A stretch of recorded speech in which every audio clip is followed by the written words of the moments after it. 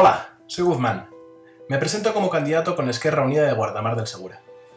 Hace 4 años la juventud tomaba el relevo y por primera vez en la historia conseguíamos un representante en el Ayuntamiento de Guardamar. Por primera vez en la historia, que se dice pronto.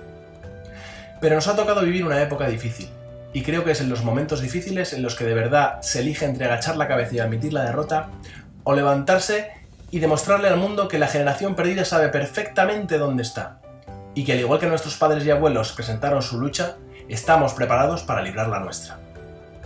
Hemos hecho historia, el 15M, las marchas de la dignidad, las mareas blanca, verde o granate, y al igual que en Guardamar, la juventud no estaba sola.